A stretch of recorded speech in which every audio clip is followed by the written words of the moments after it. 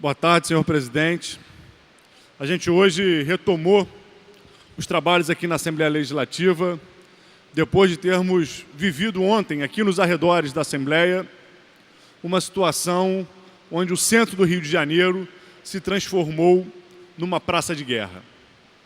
Eu queria, em primeiro lugar, destacar a responsabilidade do governo Pezão em elevar a tensão social e acabar estimulando a situação que estamos vivendo, onde servidores públicos, policiais de um lado, policiais de outro lado, professores, agentes penitenciários, servidores da saúde, se confrontam, colocando em risco a sua integridade física e colocando em risco a possibilidade de uma tragédia marcar o final de 2016 no Rio de Janeiro.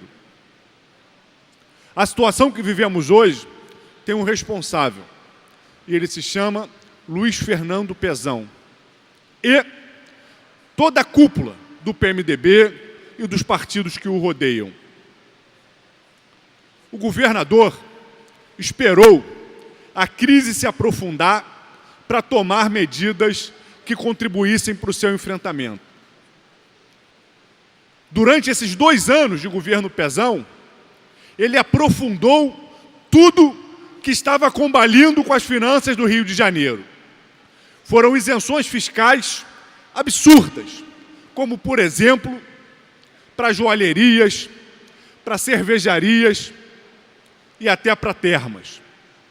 Destaco o caso da Sara Joias, onde mesmo recentemente, quando já vinha à tona que o ex-governador Sérgio Cabral utilizava essa joalheria, dentre outras, para lavar o seu dinheiro corrupto, o governador Pezão fez um decreto dando subsídios fiscais retroativos para Sara Joias.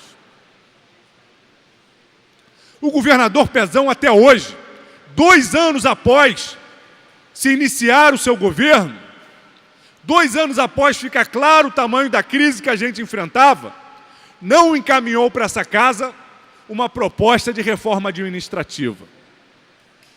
De verdade, que extinguisse pelo menos 30% dos cargos comissionados. Se tivesse extinto 30% dos cargos comissionados, lá no início de 2015, agora já teria feito uma economia na casa dos 600, 700 milhões. Preferiu não fazer. Ao invés disso, fica mandando propostinha para cá para extinguir órgãos como o FIPERJ, como o ITERJ, que são fundamentais na consolidação de políticas públicas que atendem a população e cujo gasto anual não chega a R$500 milhão no caso do FIPERJ esse ano. Um órgão que tem convênios com outras instituições fomentadoras que trazem para os cofres públicos do Rio de Janeiro, por ano, cerca de 3 milhões. Sequer é economia a extinção do FIPERJ, é economia porca de um governo que não sabe encontrar as saídas. Mas eu quero falar do pacote de maldades do Pezão. E como o pacote de maldades elevou a tensão social que hoje nos coloca com a preocupação do risco de uma tragédia na porta da Assembleia Legislativa. O governador Pezão e boa parte dos setores que hoje comandam esse Estado se recusaram a sentar e estabelecer uma agenda comum que, nem que fosse temporariamente, enfrentasse a questão dos privilégios que marcam os membros do Poder Judiciário. Se além da reforma administrativa do Poder Executivo, o Poder Judiciário, o Ministério Público tivessem encaminhado para cá propostas que revissem os seus privilégios, nem que fossem temporariamente, a essa altura do campeonato, já teríamos economizado mais de R$500 milhões, só com os subsídios, só com os privilégios do Judiciário e do Ministério Público. Com mais 600 milhões da reforma administrativa do Executivo, já seria mais de R$1 bilhão. E mais do que o dinheiro, seria colocado o exemplo de que há disposição de se rever uma fórmula de governabilidade onde se tem poderes ricos atendendo aos interesses de grandes grupos econômicos e mantendo os servidores e a população do Estado do Rio de Janeiro numa situação de pobreza. Porque, praticamente, extinguir o bilhete único, acabar com o aluguel social, acabar com o renda melhor, significa desamparar a população mais pobre do Estado do Rio de Janeiro. E mais, taxar os servidores em 30%, como ameaçou fazer o governador, ao enviar para cá uma mensagem, ampliando a alíquota previdenciária, era realmente uma situação criminosa. Era colocar nas costas dos servidores o completo peso dessa crise. O governador recua, depois da reação dos diferentes setores que se revoltaram contra essa sobretaxa que elevaria 30% a contribuição previdenciária. Mas esse recuo se deu depois que a fogueira já estava acesa. Porque junto com essa proposta, vem o atraso dos salários. A declaração de que provavelmente os servidores não terão 13º. Vem o adiamento do aumento dado aos setores da segurança pública. Qual é o resultado? O resultado é que agora nós temos uma Alerj cercada por centenas de policiais e do lado de fora nós teremos na segunda-feira milhares de servidores, professores, médicos, engenheiros, enfermeiros e policiais, bombeiros, agentes penitenciários.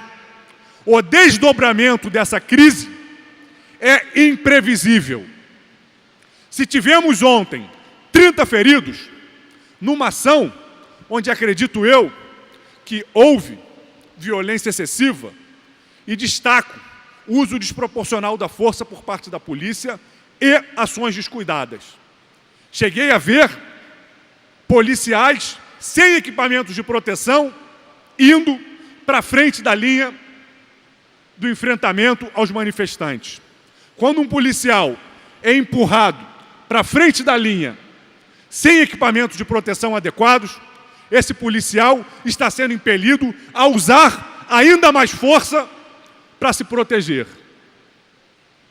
O que nós estamos vendo é que está se desenhando uma tragédia. Uma tragédia alimentada por um governo que constrói saídas injustas para a crise que ele mesmo desenhou. Uma tragédia desenhada por um governo atrapalhado, atabalhoado e boicotado por uma parcela dos seus próprios apoiadores.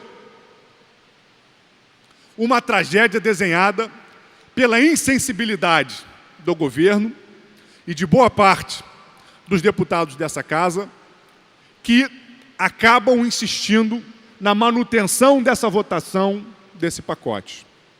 Eu vou votar contra qualquer taxação sobre os servidores.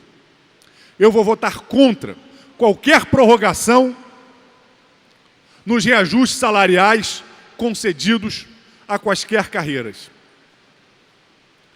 Mas eu estou disposto a contribuir com o governo para debatermos uma saída dessa crise. Vamos rever as organizações sociais que encareceram o atendimento na saúde. Vamos fazer um grupo de trabalho, um mutirão, para cobrar a dívida ativa. A assessoria técnica do PSOL está à disposição para fazer um pente fino nos subsídios fiscais e ver o que é possível ser revisto sem comprometer o crescimento econômico e a manutenção dos empregos no Estado do Rio de Janeiro. Vamos auditar a nossa dívida pública. Agora, não vamos aceitar que se busque penalizar os servidores e os trabalhadores do Estado do Rio de Janeiro para se encontrar uma saída para essa crise que não mexa nos privilégios. Nem nos privilégios daqueles que foram beneficiados com esquemas de lavagem de dinheiro, de propina, nem com os privilégios daqueles que, sendo membros de poderes ou representantes do serviço público, ganham remunerações que chegam a ser 40 vezes mais altas do que a remuneração de um professor. O que pode fazer com que uma carreira, por mais importante que seja, receba uma remuneração 40 vezes maior do que a carreira de um professor, que também tem nível superior, que também tem importância social estratégica? 40 vezes. Em que democracia do mundo um membro de um poder recebe uma remuneração 40 vezes maior do que a de um professor com nível superior? Isso é simplesmente inaceitável. E o desenho da tensão social, resultado desse desgoverno do PMDB e resultado da incapacidade de Pezão e de seus sócios do PMDB, do PP e dos demais partidos que hoje governam o Rio de Janeiro, podem estar fazendo com que a segunda-feira seja uma segunda-feira trágica no estado do Rio de Janeiro.